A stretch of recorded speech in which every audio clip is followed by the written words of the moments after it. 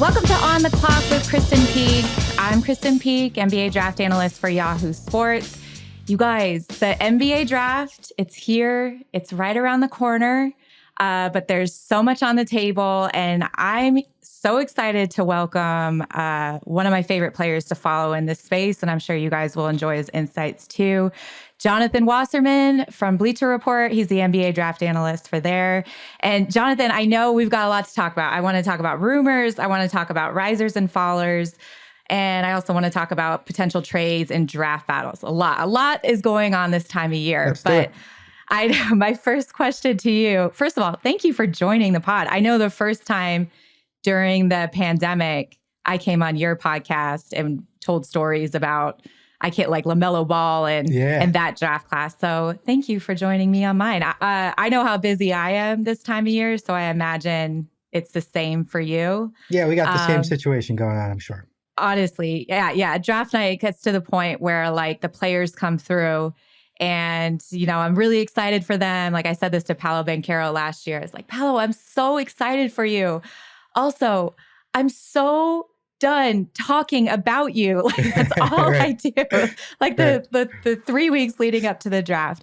But my first question for you is, what do you love and hate about this time of the year? You know, we're a week out. There's a lot going on. You're hearing a lot of things, but what do you love? And then what else are you like, oh my gosh, this is horrible? All right. Well, listen, you spend like an entire year trying to predict this stuff. We're like a week away. And like the rumors, which is part of the things I hate the most, but they're also the most fun. And you kind of sift through them and figure out like what's real or not. And I think the closer you get, the more you care about being right with your projections. It's just like the anticipation is building. Like in a week, we're going to finally find out where these guys are going to go after overanalyzing them for so long. And then, you know, what you hate is all the rumors and the BS that goes out there. And I'm sure we're going to get to like Charlotte's pick, but like just thinking about last year, everybody was just saying, Jabari, the best thing and the toughest part about draft reporting is like you're basically talking to other teams about another team. So it's like rival teams think that, that Jabari Smith is certainly the number one pick. And then you find out like Orlando never even thought about it. It was always going to be Paolo the whole time. And so you have to decide what's nonsense and what's legitimate. And, I love talking to agents. You get a lot of info from them. You also get a lot of smoke, and every agent thinks that their player is going in the lottery. And that's another, slew of nonsense you have to deal with that. But I think the pros outweigh the cons at this time. I really do love this month. I will agree with everything you just said. And I will also throw in lack of sleep as well as something that I hate about this time of year. Yep. Are you going to trust the Vegas money line at all this year? Remember last year when Paolo made that jump and everyone's like, what's going on? Is there any truth to this?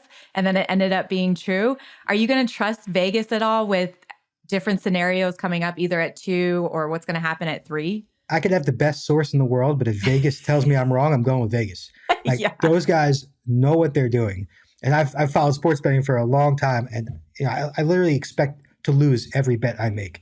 So I always trust that the house knows what they're doing, and I'm going to be curious to be following Moneyline and seeing where everyone's projected to go, and particularly starting at number 2, because I think we're in a similar situation as we were last year with number 1. Yes, absolutely. So you mentioned, the smokescreen and the rumors. What's the biggest smokescreen rumor you're hearing right now? We're hearing guys are getting promises, they're quitting workouts. We're hearing, different trade possibilities that, Brandon's definitely going number 2. But what's the biggest smokescreen that you've heard where you're just like, I'm going to dig a little bit more on that? Well, the smokescreen, and it's like hard to use that word because sometimes I think smokescreen is intentional. A team is intentionally leaking information, but sometimes I think we just kind of run with gossip. I reached out to teams about this yesterday. Like everybody is just assuming that Brandon Miller is going number 2, but why? It's not like Charlotte's telling people that, So where did the rumor come from, and how is it kind of snowballed into this? And is it going to be a situation like last year where like everyone just kind of runs with this idea that was never legitimate to begin with? Right now, Brandon Miller just being assumed to be a lock at number 2 is to me the big one, and I'm trying to be like a detective here and get to the bottom of like where that came from and how legit it is. But I saw Scoot was in Charlotte yesterday. Right. I mean, to me, Scoot is like a more convincing workout type of guy than Brandon Miller will be, just because of the perfect like build and the explosiveness. And I'm sure he's going to shoot better than he does when he's taking contested mid-range jumpers in the G League, and just like the effortless athleticism that Miller just doesn't really have. His selling point is more shot making. And if he continues to shoot well in workouts, it's like, well, we knew he could do that. So I really wouldn't be shocked if we found out like on draft night, after all this buildup of Miller going too, if it's actually going to be Scoot. I mean, me and Fran Fraschilla had an entire podcast about this, about what the Hornets are going to do at number 2. And we debated Brandon and Scoot. And I told him, and you're probably the same, I go back and forth every single day. I was in Colorado Springs these last few days, and I was talking to one of the Hornet scouts. And I said, I was like, if I'm doing that, I cannot imagine what your front office, the conversations that are going back and forth between Brandon and Scoot. And on those lines, we're talking about Scoot Henderson. And I saw a tweet and it said, it's crazy that Scoot Henderson could be the next great point guard entering the NBA, and he might go 3. Right. Do you know what I mean? Like that is wild to think in any other draft year. But what is your take on these rumors that we're also hearing about the Pelicans are looking to make a move for Scoot at either 2 or 3 and maybe package Zion Williamson with a trade? Because I know Portland is in a situation where they can welcome those conversations. I think it's definitely like a good possibility that they've made phone calls, but like so is everybody else. I always wonder, like, how is it? How do they pick which teams get leaked out to the media, or to Shams, who I think is who broke it. But I definitely think it's a possibility. I think it's going to be a lot trickier than just like the number 2 pick for Zion. And the other question is Zion going to be available, or is it going to be Brandon Ingram? I actually think that Zion might be more expendable. Ingram, like, we know he's giving you 25 and 7 a night. You just don't know what you're getting with Zion, and it's getting a little bit deeper into his career. You got some off the court, stuff going on there too. And he's like just, a little bit of, he's causing a little bit of a stir where Ingram is kind of like, just get to work, get you your 25. The only question I have with this, and like, what do you think about this? I'm trying to think of the incentive, right? Obviously, I love Scoot as a prospect.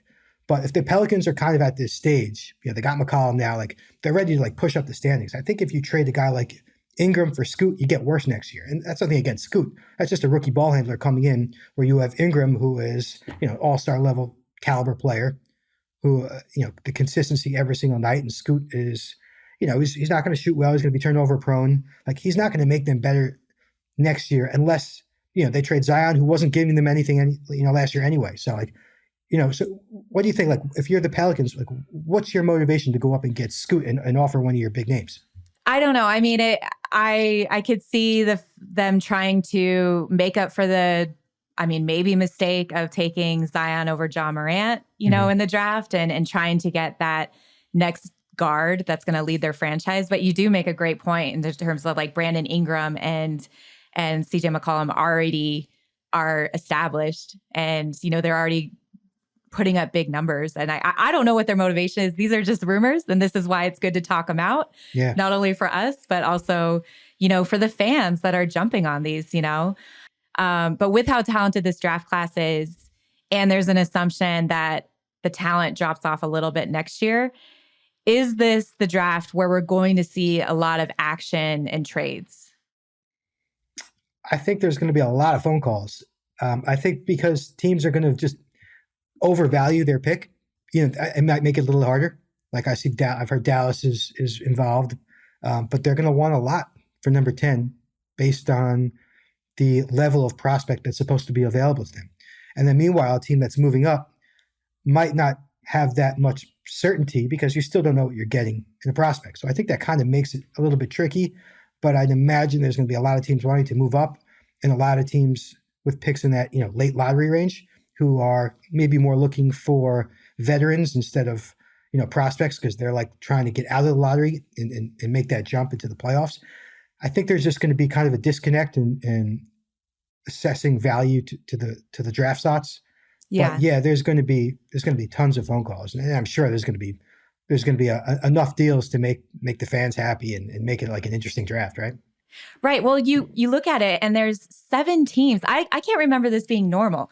There's 7 teams with multiple picks in the first round. So then it becomes, we're looking at the Magic. Are they going to keep that second pick in the lottery? Are they going to try to offload that? You've got Utah that has 3 picks in the first round. I think even Portland has 2. Houston, what are they going to do? I mean, you see who's sitting there at 4, and we'll get to this in our draft battles, but it's like, do you take that pick and you take either a Men Thompson, Asar Thompson, or Cam Whitmore, or do you trade back? Do you, there's so many different scenarios for these teams that are trying to rebuild, and no one wants to be the one that passes on the one that hits, right? And so I think this draft is so interesting because of the multiple teams that have multiple picks. And then the fact that there's so much talent, particularly at the guard position with size and length and youth and upside. So I think there's going to be some action, and it's terrible for me because on draft night, I'll be there and I have to pre-write some stuff. And I'm like, how do I predict this? How do you predict this stuff, And the worst with somebody who does mock drafts, one trade will throw off the entire next 30 picks. It's like you spent all this energy trying to get it right. And a trade that you can't picture kind of messes up the order. Other than, obviously, San Antonio has the easiest pick in the draft, right? Victor Wembanyama, duh. Other than San Antonio at 1, is there a team that has an easy pick at all in this draft? No, I think it's pretty blurry. I'm still personally a Scoot over Miller guy.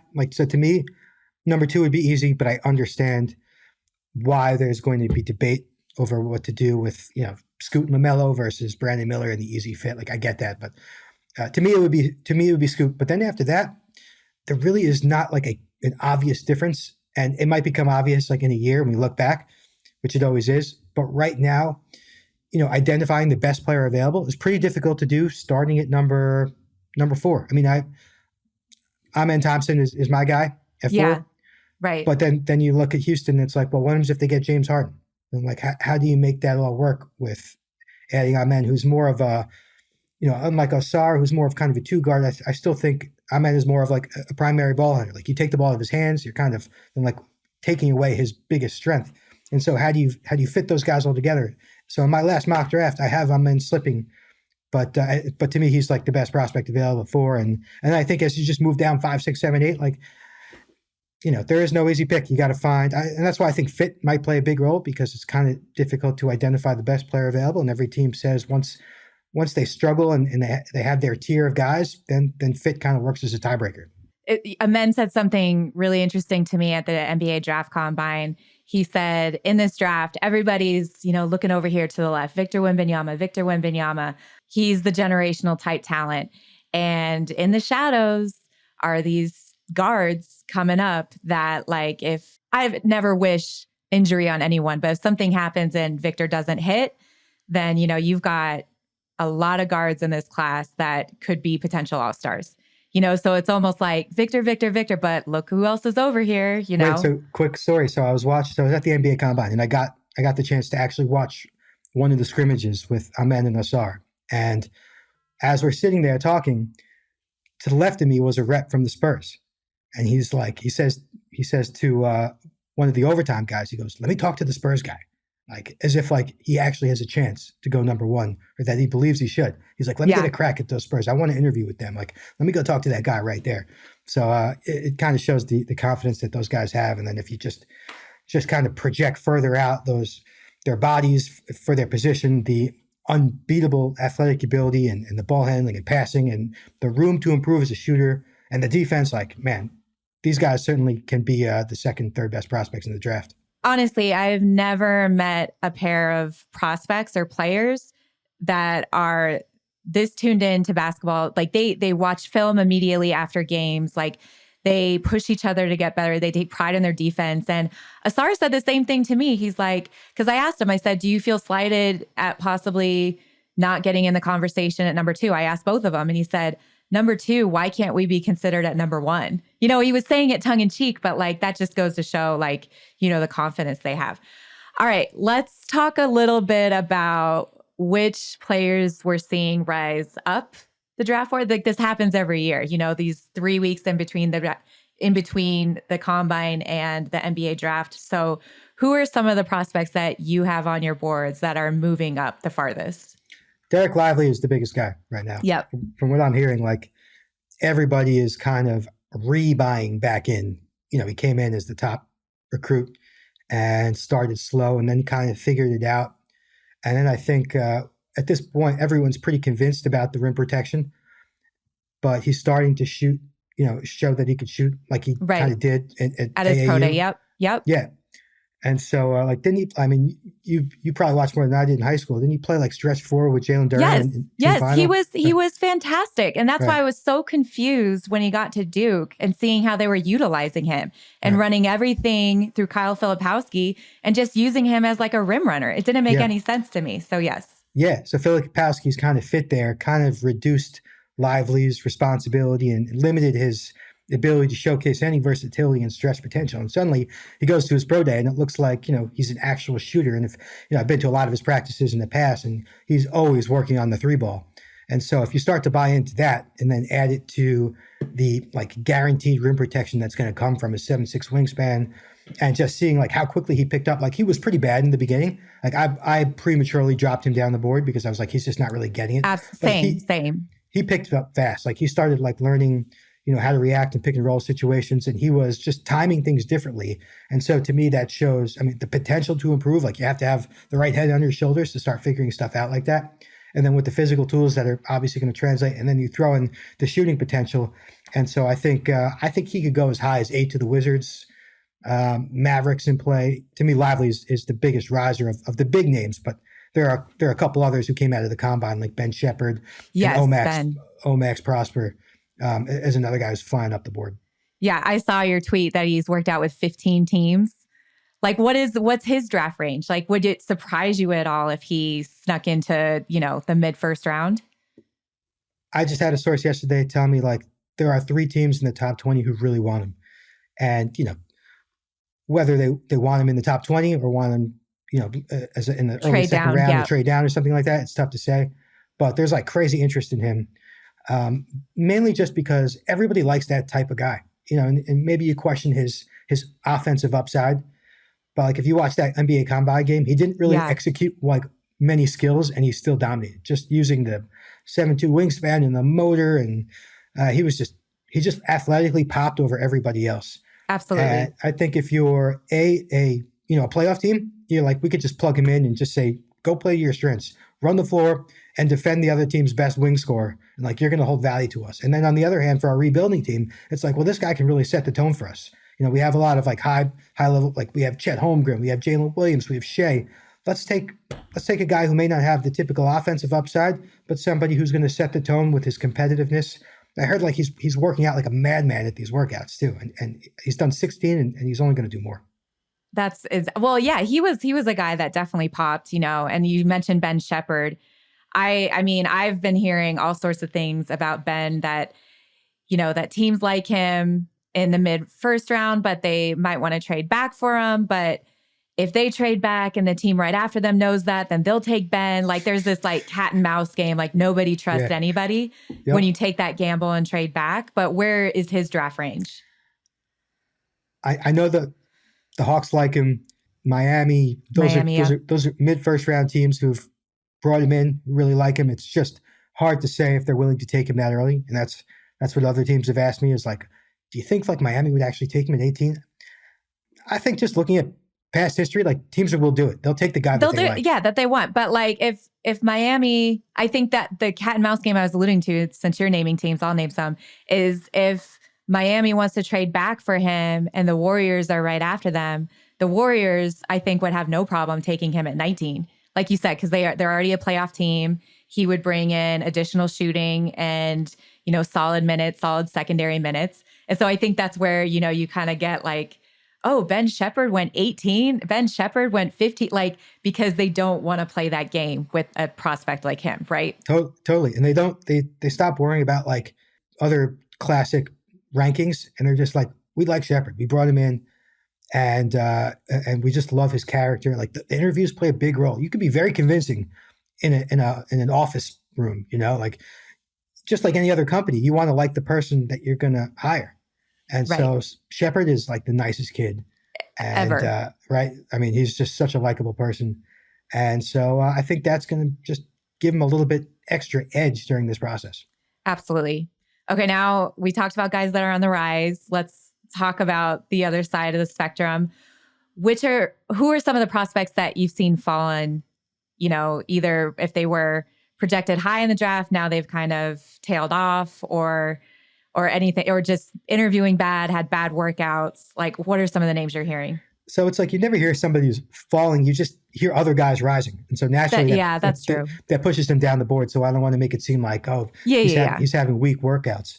But Keontae George, I think, is somebody who is going to be vulnerable just because we're kind of seeing maybe a little bit less value attached to, scoring guards who aren't defenders and really trusted playmakers. Like that archetype is kind of losing a little bit of value. Again, I haven't heard any specifics about him falling, but I just think other guys are kind of leapfrogging him. I mean, Jet Howard I just saw Gavoni put out that he was invited to the green room yesterday, so that's a good sign. He's somebody who, other than shot making, really doesn't offer much. He has, like, if you look at results or previous results of guys who've been drafted with his assist rate and rebounding rate and steal rate, which are incredibly low, particularly for a wing player, like there's not a lot of upside with those guys. And so, also not a big time athlete. So he's kind of like you're living and dying on that jump shot. Listen, I like him and he's an easy fit because of the shooting, but I think teams are kind of thinking more of like maybe a Doug McDermott type than somebody with a lot of upside. So I could see Jet Howard slipping a little bit as well. I was looking at his statistical analysis and I read that he only attempted 2 dunks all season and the rest were jump shots. So when you're 6'8" and you've got the NBA pedigree and you only attempt 2 dunks like in a half court set, like that to me is like, okay, it shows just how much of a shooter he is. And mind you, like the NBA game is a shooter's game. Like Steph has definitely turned that corner, right? And made it a shooter's game. But with Jet specifically, you're right. I think teams, especially in his range, are going to value a little bit more of what other players have to offer than what Jet does. But still, like you said, he got a green room invite. I think that's a good sign. Do you believe in terms of when you hear, a player was promised? Do you believe those? Like, I hear that they do happen, and some teams do them more than others. Some of them are like soft promises. Like, if you're there, we'll take you. But if somebody else is there, we're going to take them too. Depending on who else is on the board. That's why it's hard to make a promise, because you could like 3 guys at that spot, and one of them you just don't expect to be there, and he is. But they give like situational promises, I think is more common than just being like, if you're on the board at 15, we're guaranteed to take you. And you hear stories of promises being broken all the time and teams not, being like ethical during the process. But it does happen, but I think there's like levels to it. I don't know how we were just talking about like nothing is guaranteed in this draft. Like, I don't know how any team could make a promise, right? Like with all the action that could take place. All right. Well, we are going to take a quick break and come back and we're going to do something that I like to call draft battles. We'll be right back.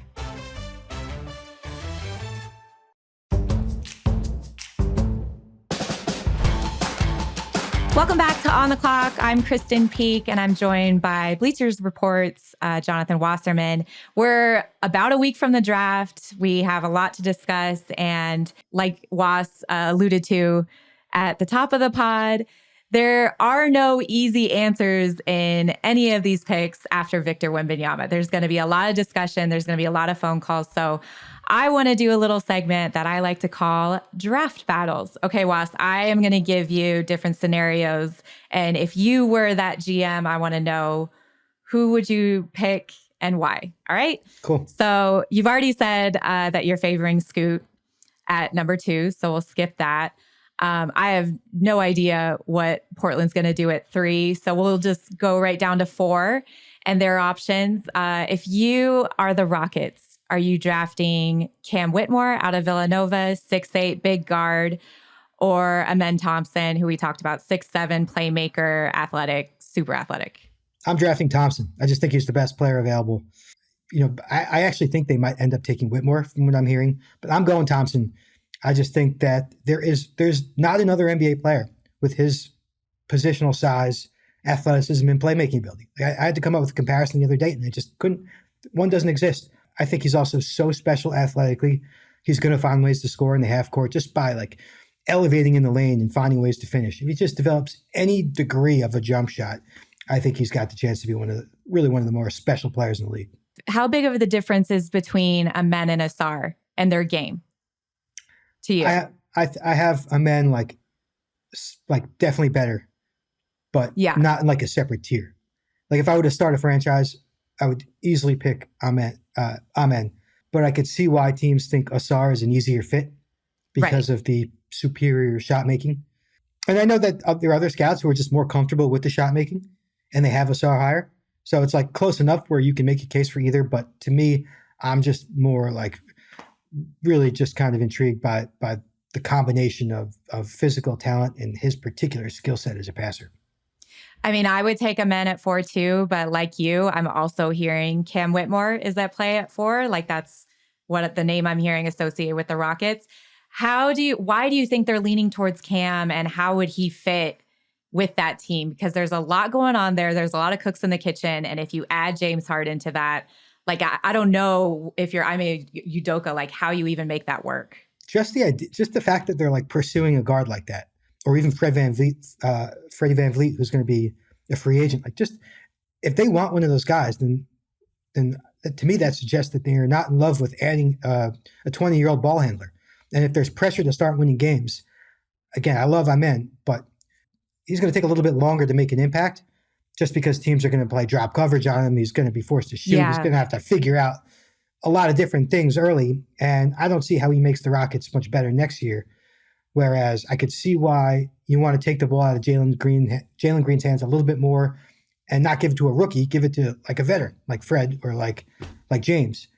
And then Whitmore is just like I could see why teams think he's just an easier fit as a catch and score guy. You know, you don't have to give him the ball often. Like he's just going to be catch and shoot, use the athleticism in the open floor and cutting. And then over time, you hope that he kind of builds his off the dribble game. But right away, he could just play to his strengths as an athlete and as a shot maker. I want to say, I watched him a little bit at Villanova, and people are a little hot and cold on him.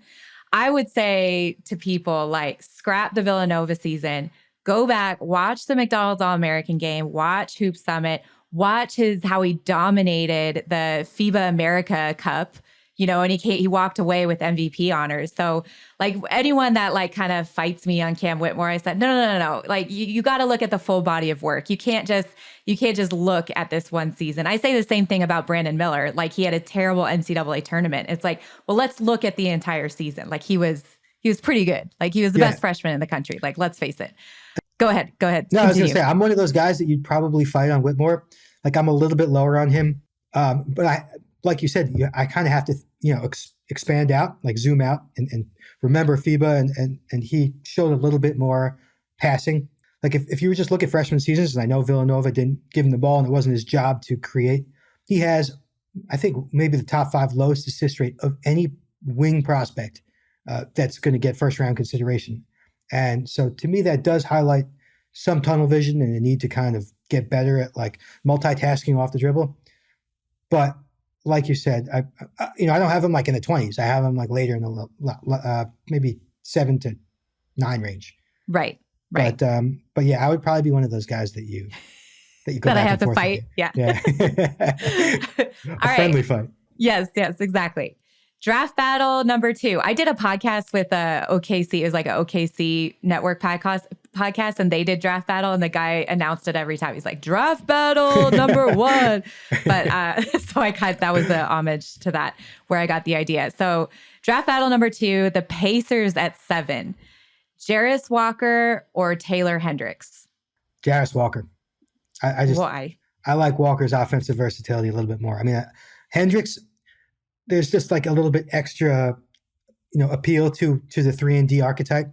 Mm-hmm. I just maybe see more of a Finney Smith type of NBA player than I do, somebody who's got a little bit more upside. And Walker, to me, talk about, just like we were talking about, going back to IMG, we saw Walker do a lot more live dribble passing and be a pick and roll ball handler. And you didn't get that opportunity this year in Houston. At Houston. Yeah. So, I mean, I think when you you take into account not just the shooting, and Hendricks is probably a better shooter at this point, but Walker isn't bad.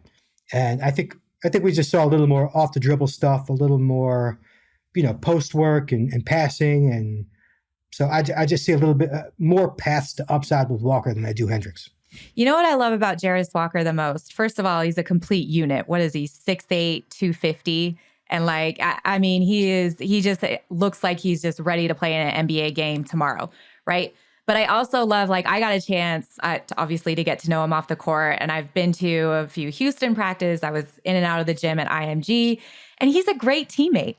He's always talking. He's always joking around. He's going to be a great locker room guy. I think he's going to have an easy time adjusting to the NBA. And I think what teams really like about him, not only is he a unit and huge, but his defensive versatility. He can pop out and guard the wing in the pick and roll. He can bang down low. He doesn't have the length to be a rim protector, but if you want to insert him right away in the front court, I think he's a good pick too.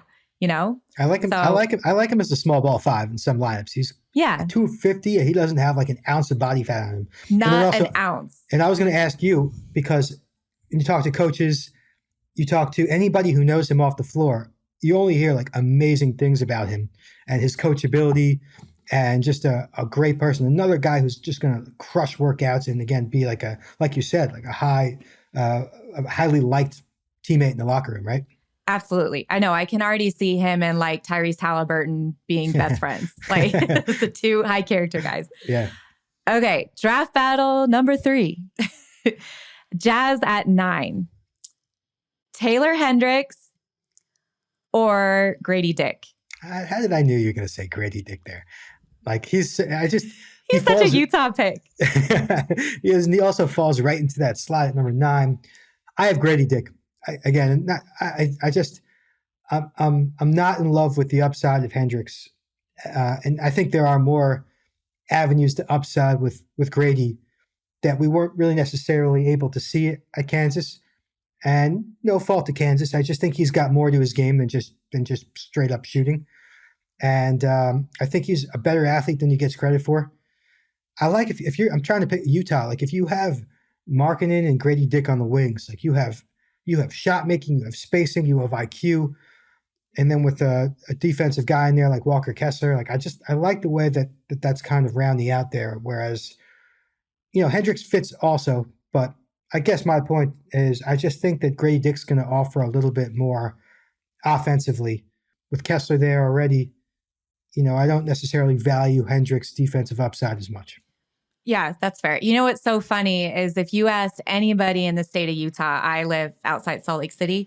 If you ask anybody in the state of Utah, they want Taylor Hendricks over Grady Dick. And Jazz Twitter is why is everybody mocking Grady Dick to us?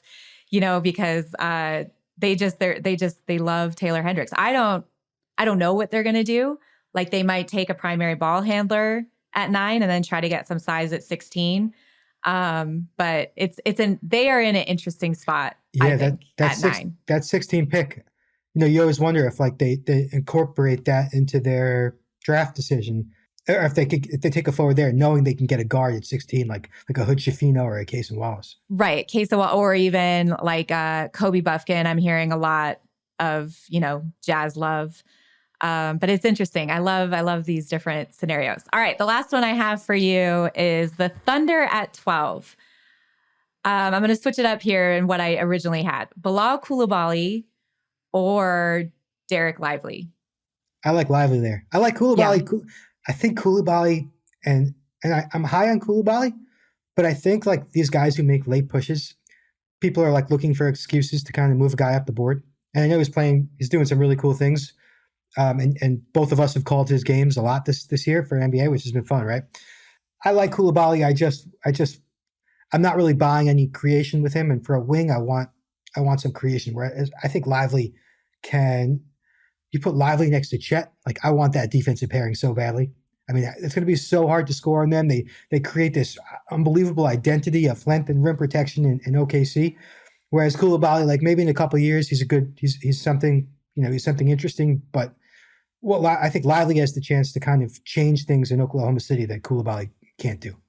I can't imagine that game if it's the Spurs and OKC and you've got Victor Wembanyama versus Chet Holmgren and Derek Lively. Yeah. Like that. I that can't is, wait for that. You know what? Let's talk that into existence. Yeah, exactly. I know. Well, first I didn't know if I wanted, Bilal there, because then it's like Victor versus Chet and OKC took his old teammate and, this budding rivalry that we're going to see hopefully come to fruition for many years down the road. Yeah. Did you go over to the FIBAs, the U19s when they played? I wasn't there. But you watched it clearly, right? Yes. I remember their matchup. I mean, and I've talked about this before in previous podcasts, but like, I think that was Victor's coming out party to the world. I mean, some people that don't follow basketball like us will say this last October was, but the way he was 2 years younger than everyone on the court and the way he dominated that game was just insane. And the only reason that Chet got the MVP nod is because they won the game because Victor fouled out, right? Victor was far better than Chet was. Right. And like you said, 2 years younger. Yeah, no, he's mainstream picked up on Victor's like ridiculous upside in Las Vegas this year. But anybody in the basketball world knew he was coming for quite a bit of time before that. Absolutely. Yeah. Do you think he plays at Summer League? No. Victor? No way. Not one game. I don't think there's any chance he plays at Summer League. With how deep he's going into the season. I mean, I remember Luka didn't play, obviously two totally different situations, but there's going to be so much talk about Victor's durability. They're not going to want to risk anything. And even we saw, I think Paolo played 2 games last year. I think their teams are going to be like crazy cautious, especially now with Zion going through this trouble. And I compare Zion and Victor because just like we'd never seen anything like Victor, we'd never seen anything like Zion. But and Zion played. He played in Summer League. I know, but now he's not playing at all. Like he's like, I just think with the whole injury stuff, and maybe teams putting a little bit less stock into Summer League for the top guys, and how many games Victor's played this? Well, not even this. He played more games, I think, like last year because he was playing twice a week, but because he was playing in EuroLeague last year. Right. But this is going deep into the season, and I'd imagine unless he really asked to play, which maybe he does because he's pretty competitive, but I'm betting that they're going to take it real slow with him. Wow, I hope you're wrong because I want to see him play. Me too. There's going to be so many people like flying to Vegas just for him. I know. It was good. Well, maybe this would be a good thing because then it wouldn't be as crowded and we could actually get from gym to gym, right? Was, where are you going to be draft night? Do you go to New York? I can't remember. We're doing a live show for NBA TV in Atlanta. Ooh. So, this will be my 3rd year doing it. It's fun. So we're doing a pregame show the day before, we do like a mock draft the day before for a couple hours. And then from 5 up until 8:30 draft time, we are live on the air just talking draft. I'm not even sure if last year it was me and Andy Katz and Brandon Haywood. I don't know who it's going to be this year. I haven't heard, but yeah, I'm flying to Atlanta on Tuesday. Okay, well, I was going to say I'll see you in New York, but I never go to the drafts like this. Really? Before Bleacher Report, when I was at NBADraft.net, I did.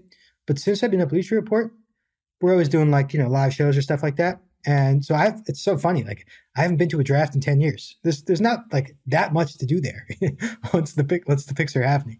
That's true. You know what? I followed some of your AMA when your kids were sleeping. You're like, ask me anything. That one time they were sleeping, yeah. Yeah.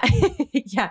The one thing that really stood out to me is when, I can't remember what the question was, but it was something along the lines of, we in this draft space, we can't be afraid to be wrong. And when you're looking at the draft, we're going into the draft and it's like, the thing is like, we don't know what any team is going to do, right?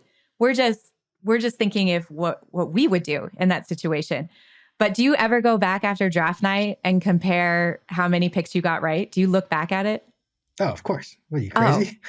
I don't do it. I'm just like, okay, that's over. How do you not do it? I can't wait to go back and see how wrong I was. And then I cry in the corner because I spent so much time projecting and making phone calls and trying to get it right. And then when you do well, like when the draft is going on, like last year, I think me and Wu did the best last year. And so we had a little competition But like as the picks were coming out, I was like, boom, boom, boom. Like it never happens that way. But so when it does happen, you get really excited. But again, I expect to be wrong. I expect something to throw a wrench into it, like a trade. And then you kind of wonder, like, why do you put so much time and effort into trying to get it right? Right. But yeah, I certainly go back and check. I'm one of those guys. Oh, that's fine. Well, now I feel like I got to do it this year too. Yeah. And make a little tally. I'll text you. I'll let you know how many I got right. I'll be checking your Yeah, you checked too. it.